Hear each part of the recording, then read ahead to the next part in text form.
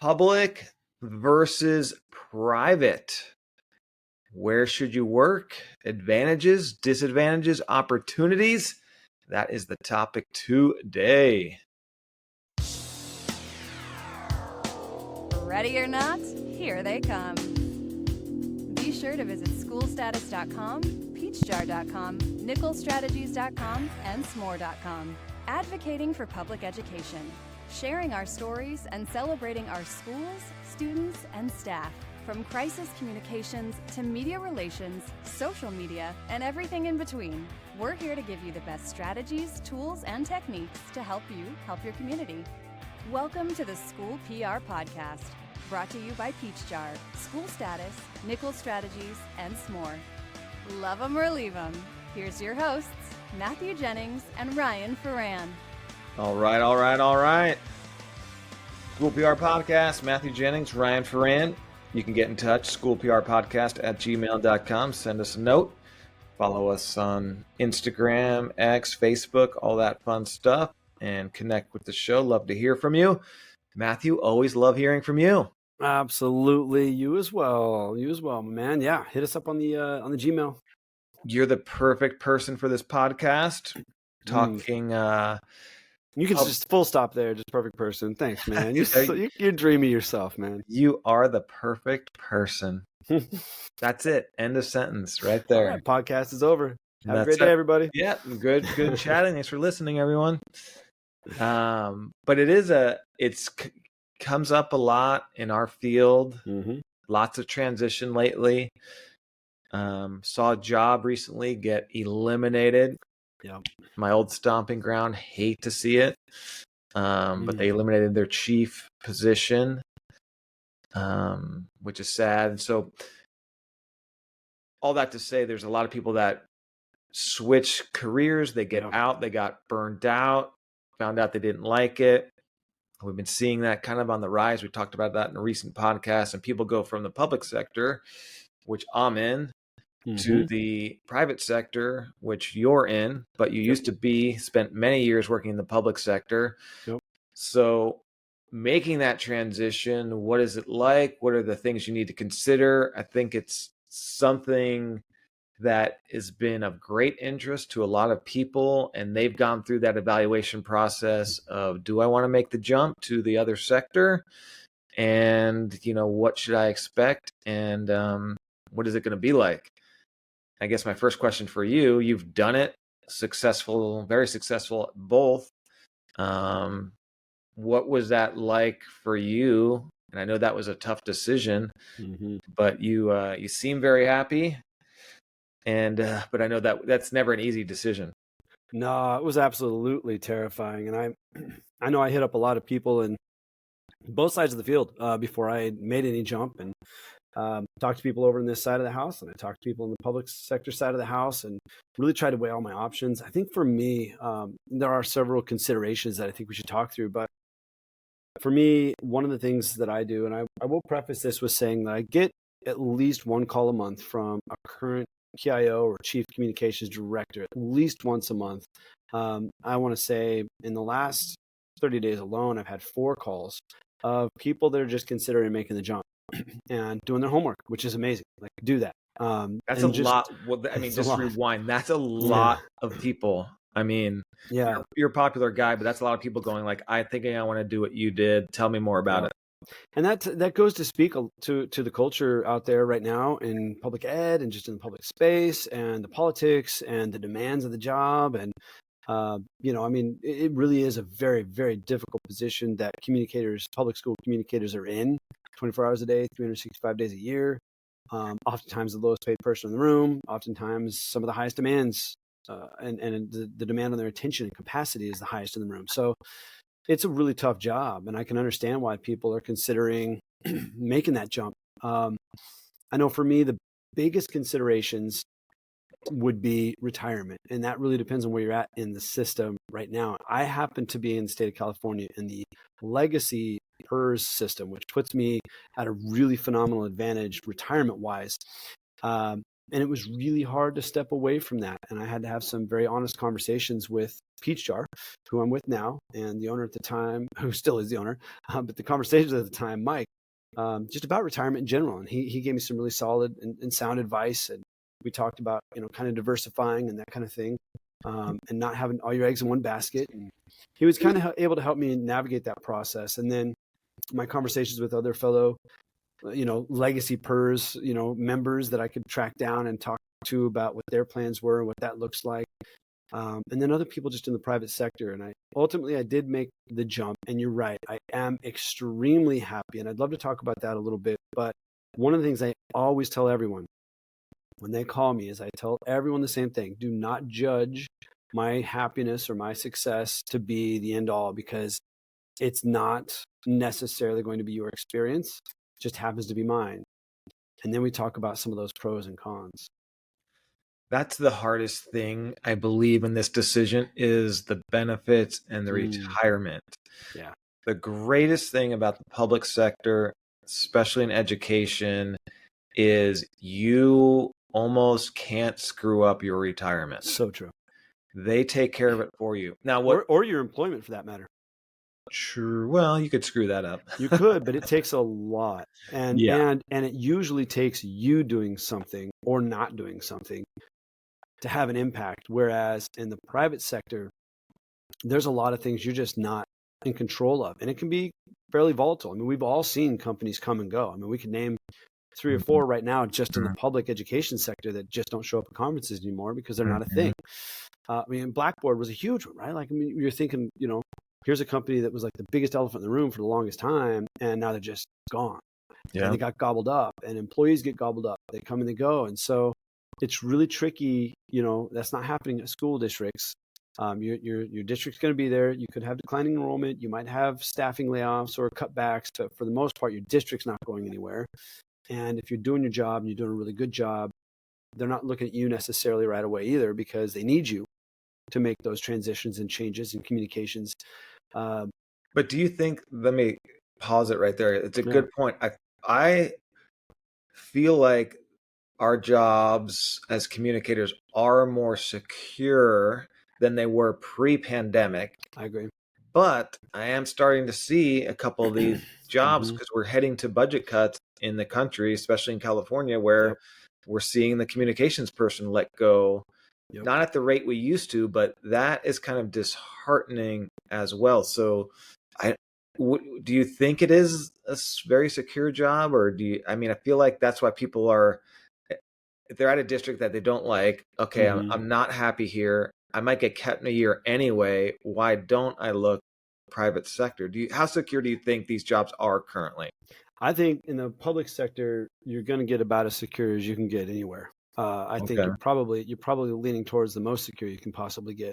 Really? Even in a company on the private side of the house that's like doing really, really, really well. Well, then when you get into growth and you get into, especially companies that are seeing like explosive growth, that brings its own kind of set of challenges.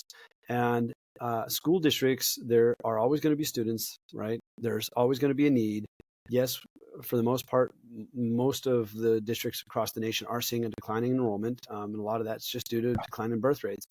Fewer students to go around, but especially with communications coming out of the pandemic, you're spot on there. I feel the same thing, and that's what I'm seeing nationally too. Is the value that leadership and executive leadership at school districts place on the role of communications and almost have become dependent on it is a really tough thing to cut. But at a school district, as you know, a lot of times when they get into cuts and they're looking at staffing cuts, it's a matter of who came in last, right? Who came in the door last. It's a matter of hierarchy, and you're looking down through those roles, and there's unions are involved, and it's a very specific process that you have to flow through.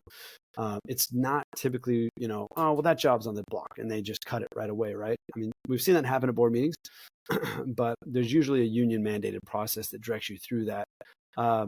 Oftentimes, I think our communications roles are, one of those kind of executive leadership roles that can be, it's kind of at the superintendent's whim, but not all of them. Most are not union jobs, though. Yeah, most are not, right? And so, anyway, there's usually a pecking order that you go down through, and you're going to be seeing layoffs happen before you're chopped in the communications role. But at the same time, I mean, I've seen a lot of districts become dependent on the value the role provides. So I'd say it's fairly secure. I would say it's more secure than probably anything you're going to find in the private sector.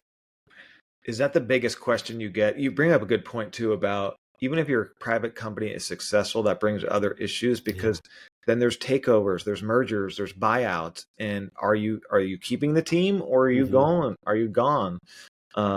So when these people are contacting you, and I've gotten some people, more so like there's want to move up in their in this field, but they're considering, going to consulting or, private sector. What is the question? Is the retirement benefits question the number one question, or what are they asking you? Well, what's funny is usually when people have gotten to me, it's because they're just dissatisfied in their role or they're unhappy with leadership. As you know, a superintendent makes or breaks a school district. A dysfunctional board can make a district extremely difficult and very, very hard, but the benefit there is there's a buffer.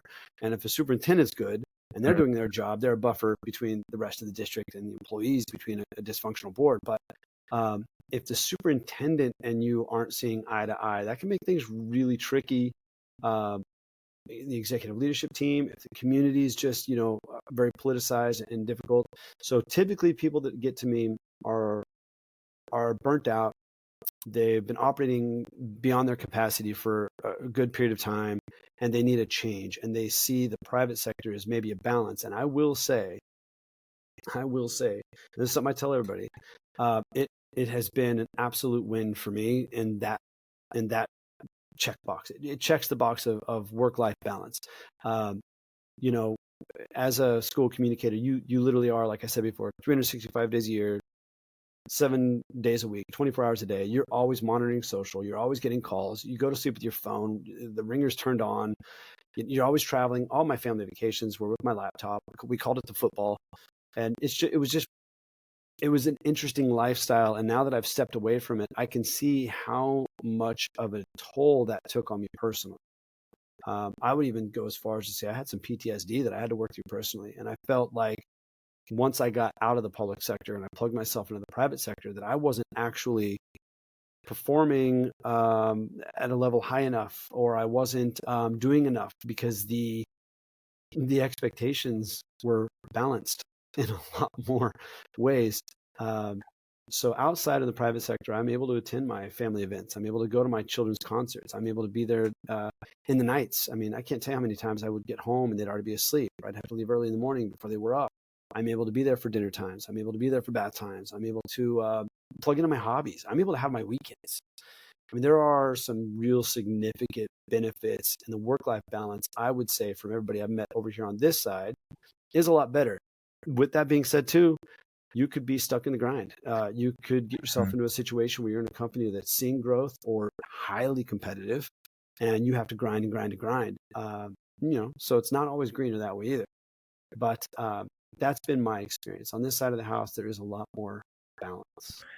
It's very fascinating, which I failed to mention at the top of this podcast, is I also have basically the same amount of experience in private versus public sector. Oh, yeah.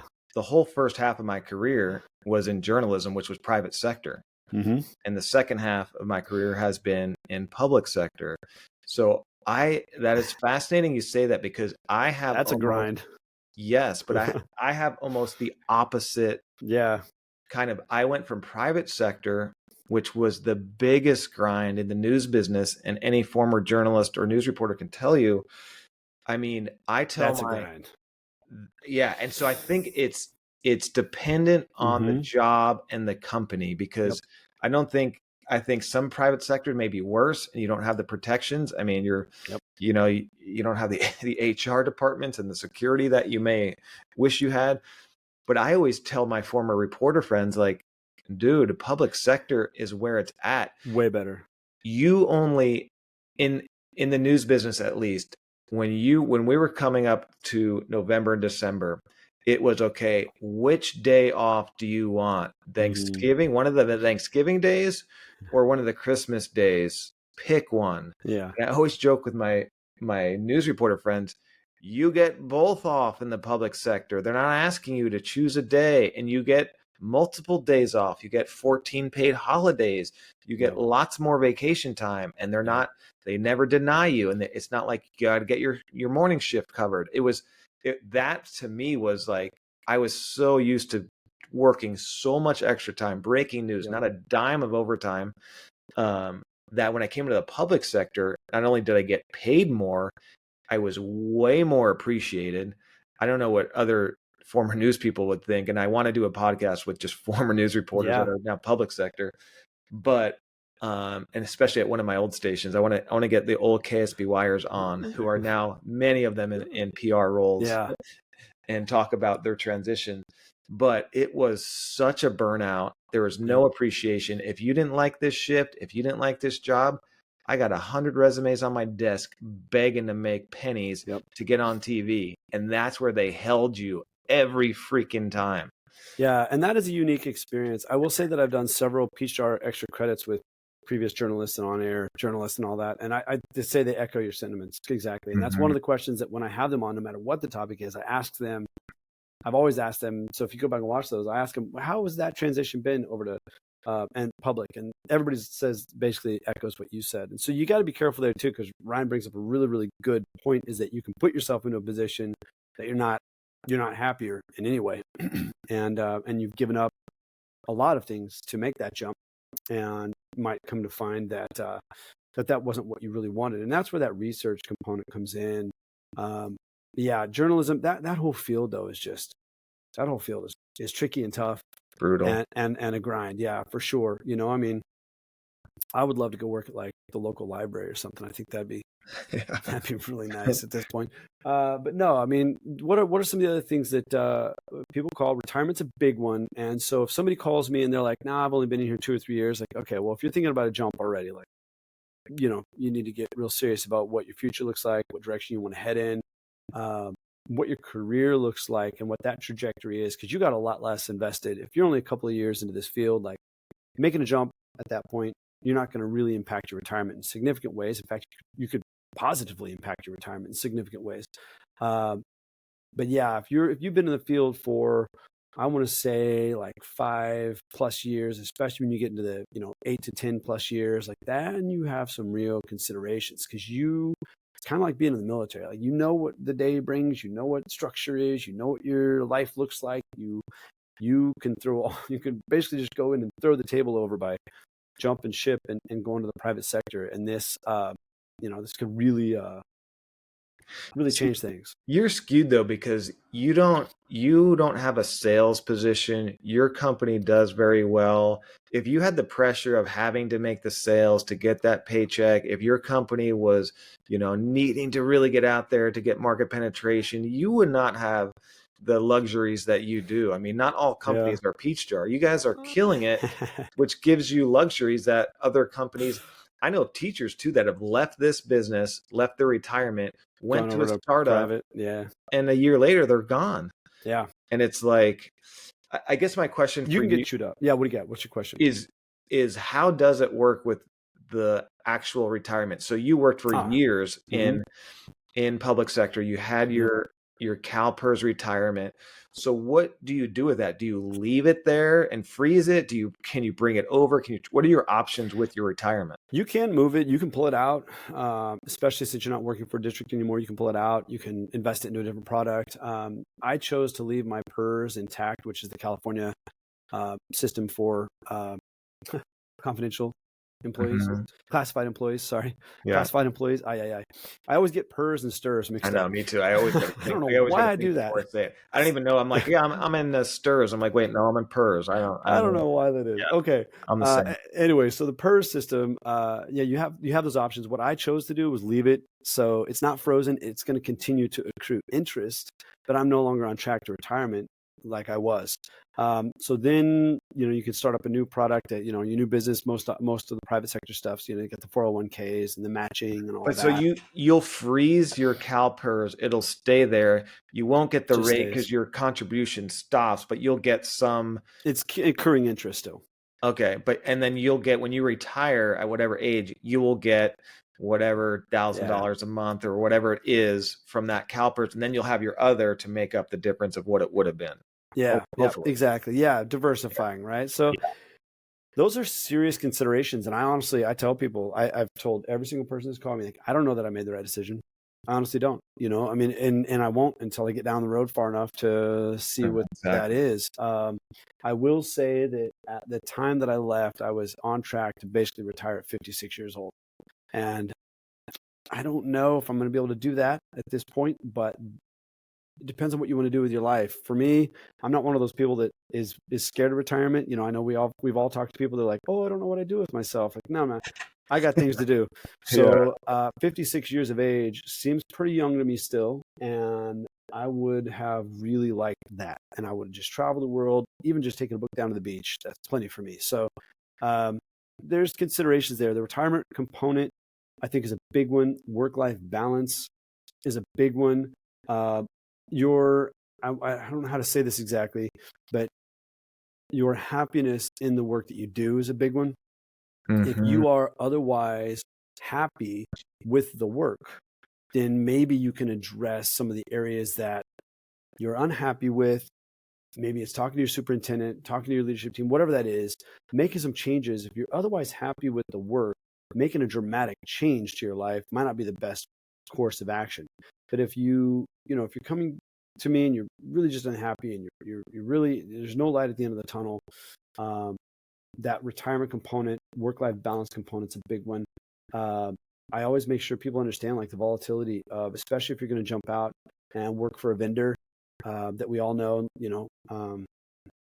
You're right. PeachJar does really, really well. I was in charge of sales nationwide for a period of time at PeachJar. So I did have Okay. that pressure, but you're right. It's a product that it does just work for everyone. It's just a matter That of thing if or sells it. not. That It thing does. sells itself. It does. It's The just a school matter of if PR you want it or not. podcast. The school PR podcast is one of the best salesmen the Peach Jar's ever had. Let's be honest. Yeah, so That's how it's easy true. that is. It's true. So I'm lucky there. But even the ones that are, if you're going to jump out and join a vendor and you're going to be on the sales team, it's going to be a grind. You're going to have competition.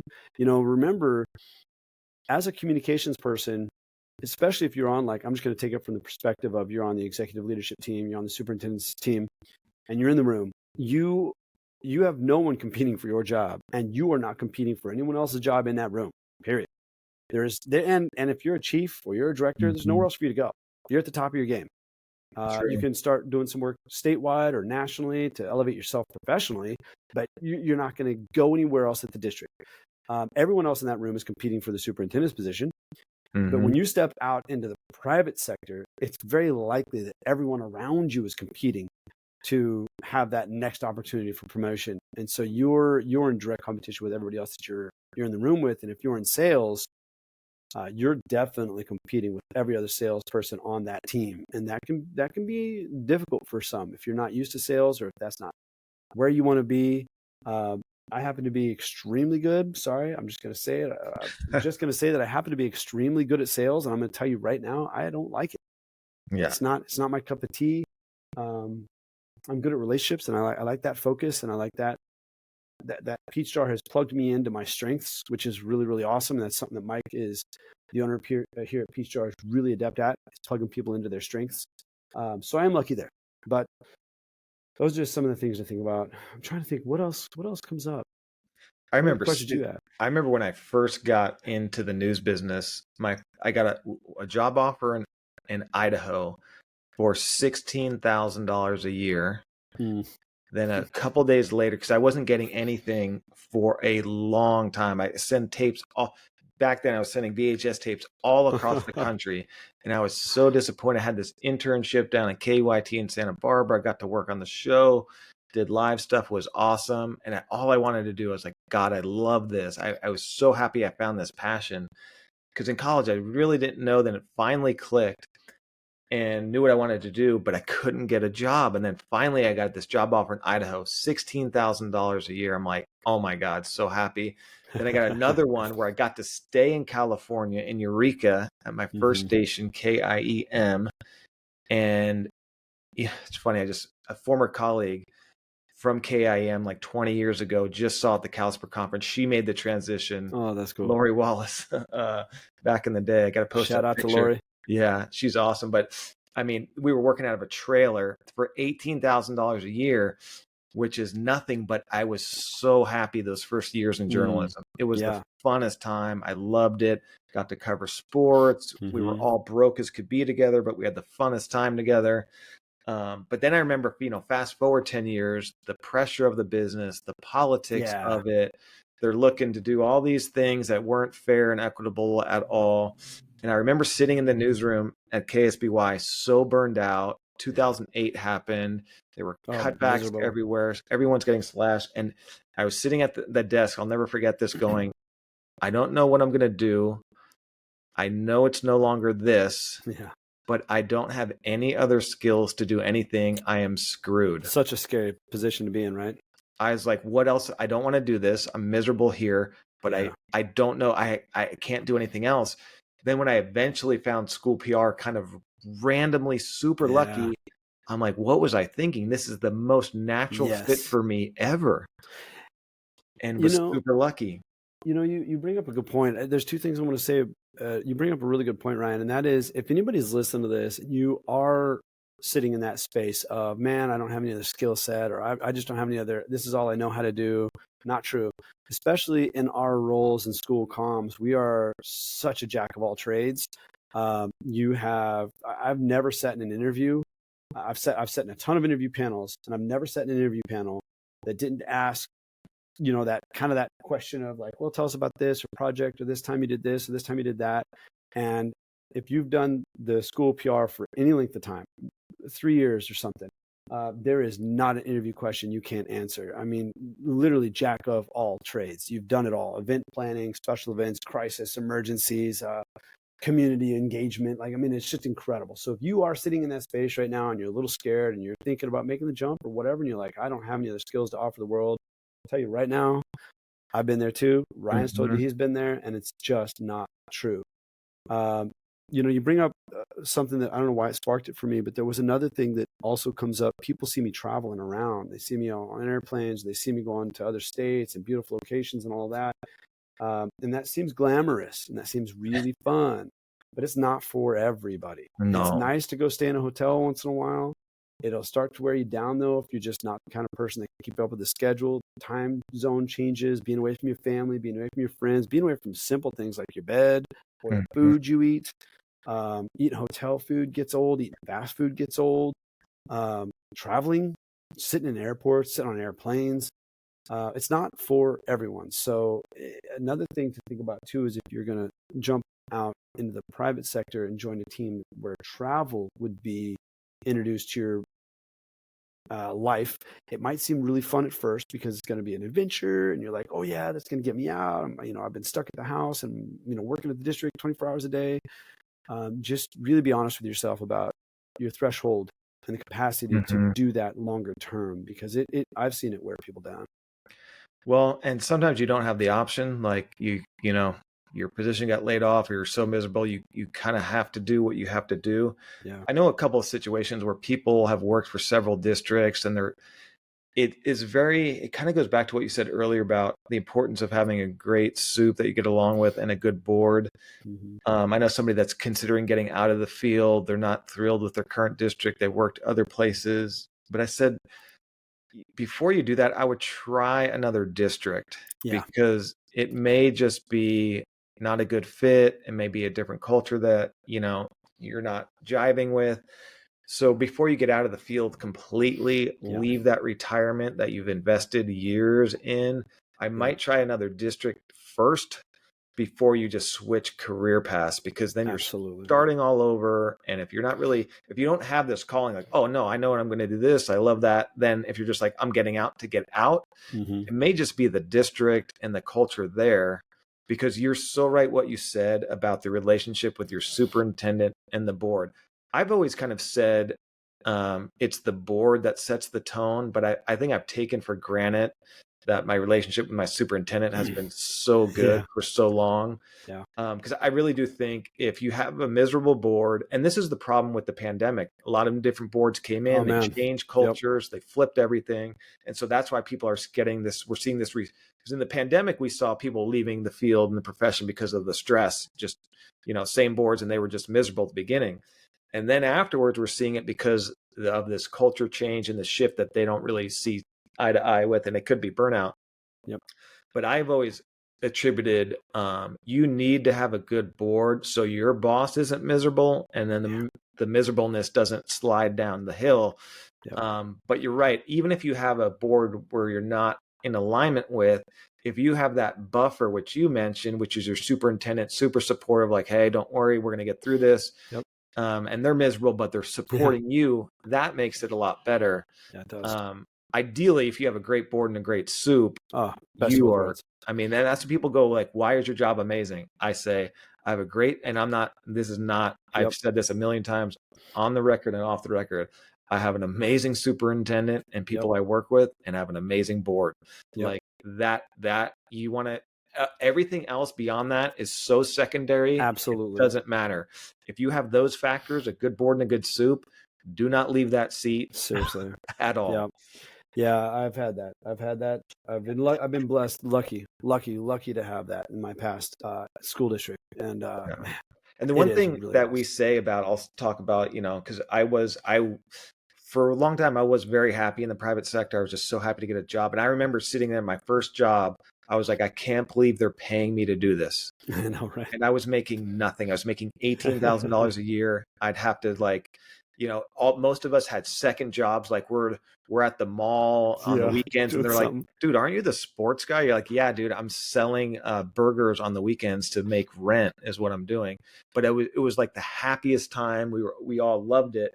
And I'm like, I can't believe they're paying me to do this. But then you get involved in the politics and stuff. So it kind of, I went from super happy to like so burnt out, not knowing. I thought I had no skill that would transfer me to another job. Ended up so lucky I found school PR, especially now with the actual politics. I wouldn't want to be in journalism. I respect all of them that have stuck it out, but I tell them, man, like the benefits are amazing. You cannot beat them. You get Thanksgiving and Christmas off. And the biggest difference I noticed, as soon as I went to the public sector and my first superintendent, Jim Hogaboom, shout out to him. He's still in the game. I remember him complimenting me in a board meeting in front of all these people. And I was like, wait, what's happening right now? As a journalist, that did not happen. Nobody's like, hey, great story, Ryan. It was like, dude, you didn't get that interview. I need you to post to the website. And but that was one of the most refreshing things to me. I was like, oh my goodness.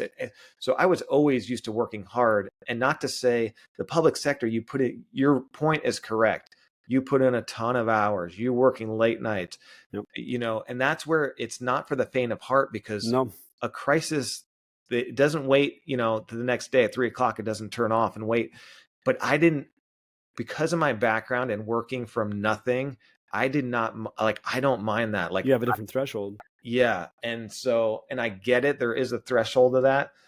But for me, that was the easier part, working the nights, working the weekends, getting the calls. Like when the crisis happens, like that, I enjoy being in it. But you're right. When you have a family and stuff, like years of that gets tough. And that's where you have to have those conversations with maybe your boss and yourself of like, is this a job for me? Well, two things real quick. And I know we got to wrap up, but one of the things you just mentioned, which I think is huge, sparked it for me, and this is something I talk to people about too when they call, is the people that you surround yourself with. So outside of your school district, we all know that we are plugged in, like you and I are plugged into CalSPRA, we're plugged into NSPRA, we have friends all over the nation, but we have friends regionally as well in the same and similar roles. Stepping out of that, you lose that component. So I'm no longer on like the funny text threads, I'm not really included in the crisis comm threads anymore and that kind of stuff, which was a tough transition for me, because I loved all my friends and I love all that social component of that and keeping up with what's going on and helping people navigate that. So that's another thing too, is you do lose that when you leave the public sector. But to your point, and I just want to reiterate, that role is amazing. Working for school districts is amazing. The mission and your service is amazing. You're literally building culture for tens of thousands of people. You're making people's lives better.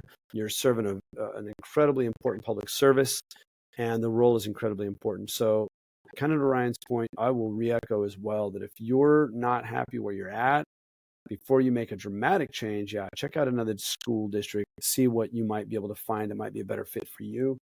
It could be the best thing you've ever done, but just know that the role of school PR and communications and working for a school district is one of the coolest jobs you can possibly have. Absolutely. And I'm saying that as I'm sitting here working with Peach Jar, and it's definitely one of the best jobs I've ever had, for sure. But I do miss my school district work, and I absolutely loved it. So for any of the hard stuff that I mentioned earlier, I do want to preface that with it's an incredible job, and the value is significant. It is very rewarding because I remember even in the news business, I thought, like, what difference am I making in the world? Like, once in a while, you'll get to tell an impactful story, and there's people that I met, interviewed that aren't celebrities that, like, I think that made an impact, or I covered, their house burning down and became friends with them, and so you're kind of making an impact. But to your point, school PR and the mission of educating and being a part of a community is so rewarding. Huge. That's why I preach about our internship all the time. Get to work with students, see them grow. You're really working for a good cause, because I could do public relations for a tobacco company and be absolutely miserable, or one of these, fake food companies. And, I can use all my skill sets and I'll do amazing things, but it is not the rewarding work that school PR is. And your other point was very good about the collaborative culture of school PR. You will not find this in anywhere other field ever. No. I saw Christine Peck at the conference, who went from this to higher ed, and she's like, there is no CalSPRA at that level. It's cutthroat. And she's like, I miss this big time. Yep. And I mean, if you're in a jam in school PR, you could get on your listserv and be like, hey, I need this. And within 10 minutes, or you pick up the phone, somebody's going to help you get out of that jam. Yeah. I mean, there's not a field with more support than this one, which makes it a very big and rewarding field. Yeah, we kind of buried the lead here, and that's partly I'll take full responsibility for that. I should have led with this, and this is something I talked to everybody about too, and it just kind of skipped my mind. But it is that I will say that that was the hardest thing for me. The retirement thing, you don't really feel it right now. I don't know. When I get down the road, 65 years old, we'll know if I made the right decisions or not. But right now, in the immediate, and especially when I first made the transition, the hardest part for me was stepping out of like CalSPRA, the listservs, the text threads, losing the camaraderie and the friendships. And thankfully, for the most part, y'all have stood by, and I'm still. We can look past the fact that I'm a vendor. You haven't lost any friendships. Right? You've got more friends than anyone I know. We can look past all that. But no, I think that was the biggest culture shift for me. Even though Peach Jar is amazing and it is incredibly collaborative, and especially with what we do in the sales side of the house is incredibly collaborative. It's just a really awesome company to work for. And that's one of Mike's tenets is, if you're mean, don't apply. I think it even says something like that on the job application. If you're mean, this is not the spot for you. You need to be kind. And so that there is a really wonderful culture here. But it's different because no one here understands each other's roles. We're all kind and we love and we support each other. And that's beautiful over here. But when you're in school comms, that's why when we get together at these conferences, even our significant others don't understand the work that we do. And they don't understand the drain and the capacity that it takes and how difficult the work is. Our friends don't understand that, but our friends that work in this circle do. And it's just a whole different thing. And so for me to step out of that, I think that was the hardest change for me. Yeah.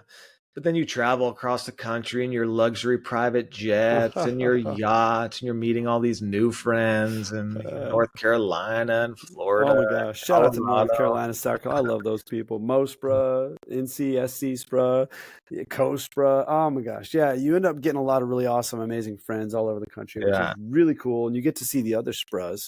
Yeah. which is a blast. CalSPRA does a great job. The other spreads are just as fun. WISPRA, oh, shout out to WISPRA, man. I love my Wisconsin peeps. Yeah, but it is funny though. Well, it is so collaborative. Like if you're in your district by yourself and day after day, you don't, sometimes it can be very isolating because you're the only one in that position. Yeah. You didn't come up as a teacher, you're not in the ranks. You're Yep. kind of the outsider. Yep. So it does cut both ways. But it is interesting. Our career trajectories are kind of in reverse. Yeah, it's funny, huh? You started in public, I started in private. I'm in public, you're in private. But It's a unique perspective. For me though, is always like, I'm going to take a risk. I moved all over the country. Like I'm going to follow my career. I'm going to chase this dream. I'm going to work hard. Awesome. Nope, nobody's giving me a dime.